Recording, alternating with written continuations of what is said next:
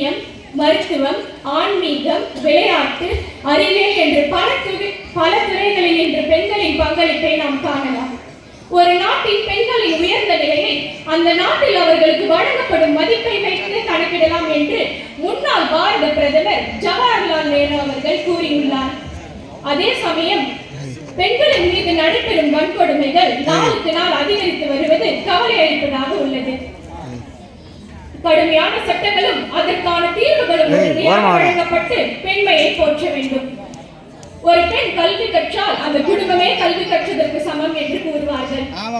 அதனால்தான் பெண் பிள்ளைகளை சிறு வயதிலேயே அடக்கி ஆளாமல் ஆண்களின் வர்க்கம் அவர்களை சுதந்திரமாக செயல்பட அனுமதித்து நாட்டின் முன்னேற்ற பாதையில் அவர்களுக்கும் பங்குண்டு என்று உணர வேண்டும். பெண்கள் நம் நாட்டின் கண்கள்.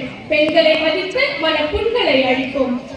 பட்டங்கள் ஆள்வதும் சட்டங்கள் செய்வதும் பாரினை பெண்கள் நடத்த வந்தோம் என்ற புரட்சி கவிஞனின் பொன்னான வரிகள் பலித்தது இந்த பாரினை.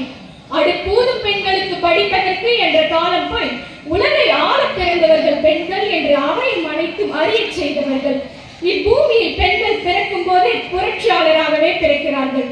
பெண்களுக்கு இரு மனம், ஒன்று பூக்கடை, மற்றொன்று சாக்கடை என சொல்லி கேட்டிருப்போம்.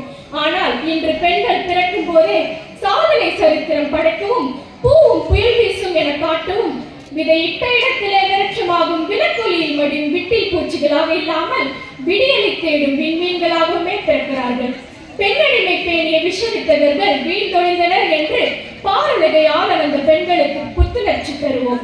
7 பருவ மங்கையரான பேதை, பெரும்பை, மங்கை, மடந்தை, அறிவை, தெரிவை, பேரிளம் பெண் என அனைவரையும் ஏற்றம் பெற செய்வோம். ஆணுகளின் ஊனக்கண்களில் உள்ள திரும்பை அகற்றி ஆணுக்கு நிகர் பெண்களே என்ற மந்திர சொல்லறிவோம் என்று கூறி பெண்மையை போற்றுவோம், மடமையை வீழ்த்துவோம். விடைபெறுகிறேன். நன்றி, வணக்கம்.